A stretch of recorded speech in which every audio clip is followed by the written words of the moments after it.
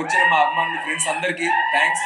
అలాగే మా మీడియా మిత్రులందరికీ ఓపికగా ఎంతసేపు ఉండి వచ్చినందుకు థ్యాంక్స్. ముఖ్యంగా బయట నుంచి వచ్చారు మా ప్రొడ్యూసర్ జ్ఞానవేల్ గారు మెడ్రాస్ నుంచి, మా టెక్నీషియన్ మా ఎడిటర్ రూబెన్ గారు, మా కృష్ణన్ మసన్ డిఓపి గారు బయట నుంచి వచ్చారు, మా హీరోయిన్స్ ఇద్దరు ముంబై నుంచి వచ్చారు. షూటింగ్ ఉన్నా కూడా ప్యాకప్ అయ్యి ఇంటికి వెళ్ళి రిలాక్స్ అవ్వకుండా మన ఫంక్షన్ అనుకుంటూ వచ్చినందుకు మా అలీ గారు అందరికీ థ్యాంక్స్ చెప్పుకుంటున్నాను. సో ఈ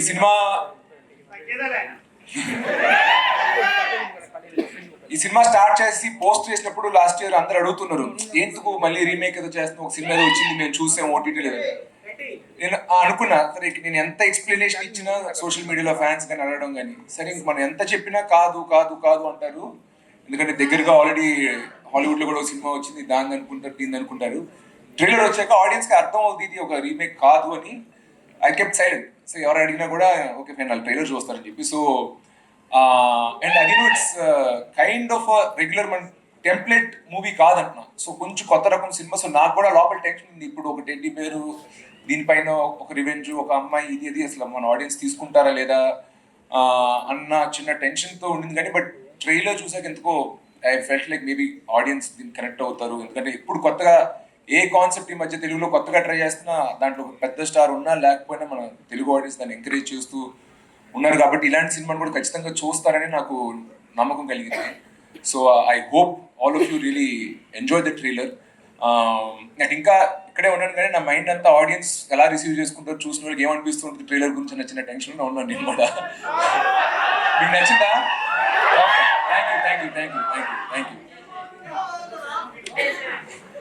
చాలా అంటే ప్రతి ఒక్కరి గురించి నేను చాలా మాట్లాడాలి.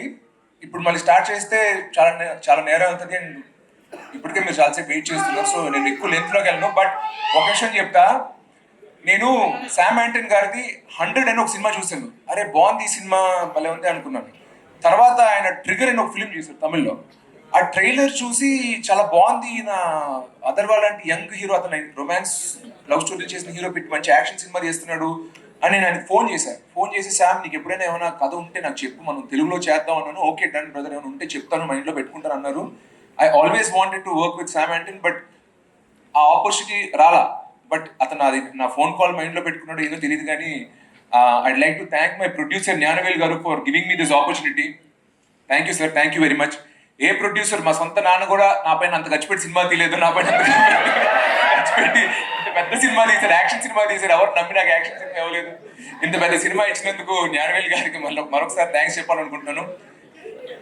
ఇప్పటికే చాలా మంది చాలాసేపు మాట్లాడారు. సో ఇంక నేను కొత్తగా ఎక్స్టెండ్ చేయాలనుకోవట్లేదు, మీరే అలసిపోయారు అనుకుంటాను. But thanks a lot for coming to our event.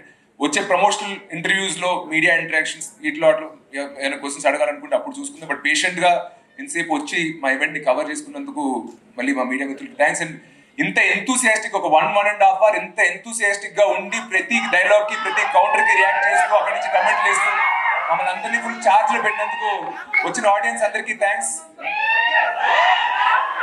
ఇంకా నేను కొత్త ఉన్న హైప్ చాలు స్వామి, ఇప్పుడు నేను స్లిప్ అయ్యాను అన్నాను అనుకో, దాన్ని మీరు 5x మల్టిప్లై చేసుకుని ఊహించుకుని ఎందుకు మనకి చెప్పు.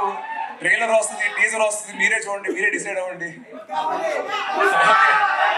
సరే, thank you very much. You acted with many actors and actresses. How was it acting with a teddy bear? Acting with a teddy bear?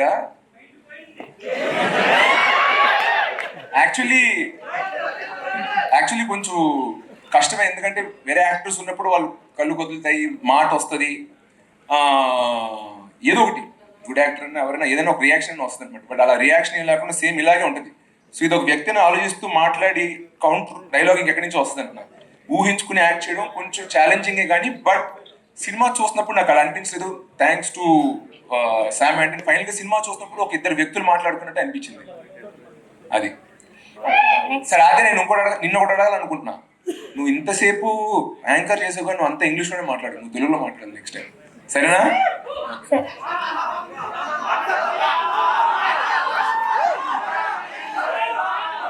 అయాన్నా okay, తీసుకొస్తా. ఈవెంట్ ప్రీ రిలీజ్ కా అయాన్ని తీసుకురానా? ఓకే డన్ తీసుకొస్తా. Commit చేయించారు sir నాతోటి, ఇప్పుడు తీసుకురాపోతే. అర్హనా బన్నీ అన్నా? చూద్దాం వస్తా.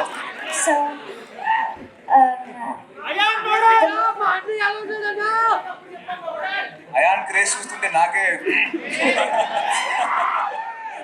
సోషల్ మీడియా మొత్తం ఆడావా నడుస్తుంది. So the film name is Buddy. So who is the hero of this film? Is it you or the Buddy, or is అది it? అది నేను నిర్మోహమాటంగా చెప్తా, ఈ సినిమాకి ప్రాపర్ గా హీరో అయితే నేను కాదు, ఆ టెడ్డీ బేరే హీరో. సో ఆ టెడ్డీ బేర్ ఎలా హీరో, ఓకే ఆ టెడ్డీ బేర్ సేవ్ చేస్తాం ఎన్ని చేస్తాను, కానీ ఈ సినిమా నేను బ్యాంక్ అయింది నా హీరోయిజం మీద కాదు, బట్ టెడ్డీ బేర్ హీరోయిజం మీద. So the hero of the film is the teddy bear. Okay. I was wondering if you would want to talk like a few words about this new song Suseki.